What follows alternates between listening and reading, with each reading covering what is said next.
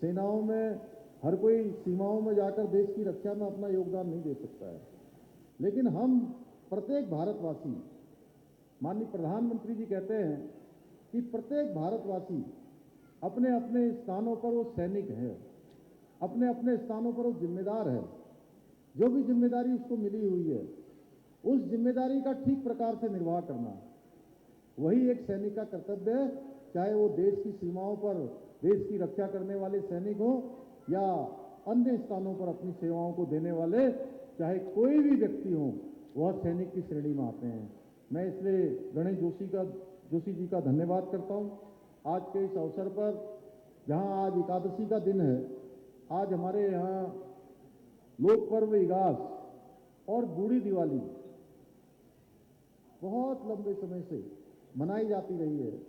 और हमने भी यह तय किया कि जो हमारा लोक पर्व है, हमारी लोक संस्कृति है, ये हमारी नई पीढ़ी को भी विरासत में मिलनी चाहिए। इस पीढ़ी दर पीढ़ी यह काम आगे बढ़ने चाहिए। जो हमारे पूर्वज करते रहे हैं, जो हमारे यहाँ पर सदियों से जिस मान्यता को, जिस संस्कृति को अपनाया जाता रहा है, वह संस्कृति आगे बढ़नी चाहिए। उसको ध्यान में रखते हुए मैं सभी भाइयों बहनों से कहना चाहता हूं कि आज के दिन को हमने, उत्तराखंड सरकार ने आज के दिन को अवकाश के रूप में घोषित किया है। इस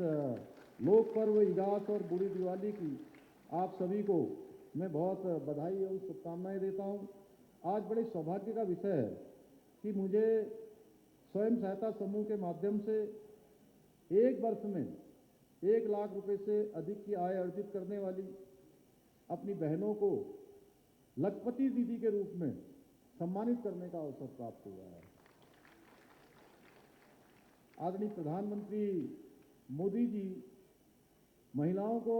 स्वयं सहायता समूह के माध्यम से आर्थिक रूप से सशक्त करने के लिए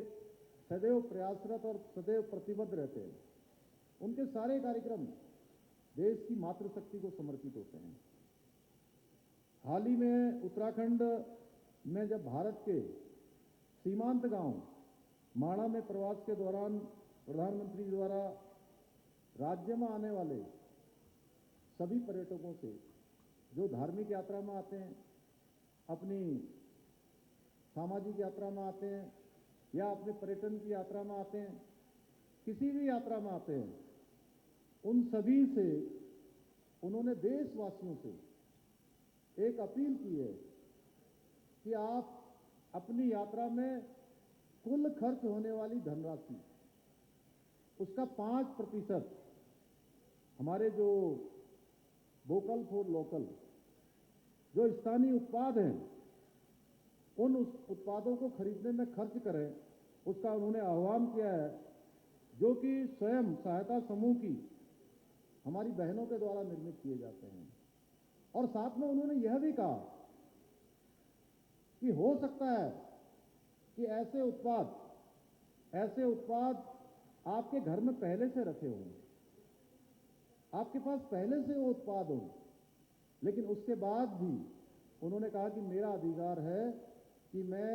संपूर्ण देशवासियों से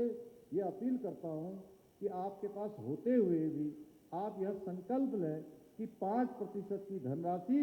उन स्थानीय उत्पादों को, उन स्थानीय जो बहनें उसको निर्मित करती हैं, उनके बनाने में खर्च करें। भाइयों बहनों, मातृभूमि और मातृशक्ति के सर्वांगीण विकास के प्रति सजगता का अनूठा उदाहरण, सजगता का, संवेदनशीलता का, सबको आत्मनिर्भर बनाने का, सबको आगे लाने का, हमारी मातृशक्ति के जीवन में खुशहाली लाने का, उनको हर प्रकार से सुविधाओं को देने का अगर उदाहरण किसी ने दिया है तो भारत मां के लाल, हमारे देश के यशस्वी प्रधानमंत्री नरेंद्र मोदी जी ने दिया है। इस मेले के अवसर पर आज मुझे महिलाओं की समृद्धि के लिए एक विशेष घोषणा करने का भी अवसर प्राप्त हो रहा है।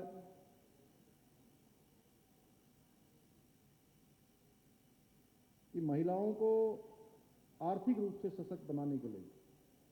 विजन 2025 के अंतर्गत जो हम लोगों ने संकल्प लिया है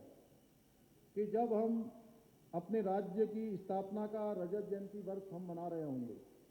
यानी कि उत्तराखंड राज्य जब अपने 25 साल स्थापना के पूरे कर रहा होगा, यानी कि जब 25 साल का होगा, तब हम अपने प्रदेश की 1,25,000 बहनों को, 1,25,000 मातृ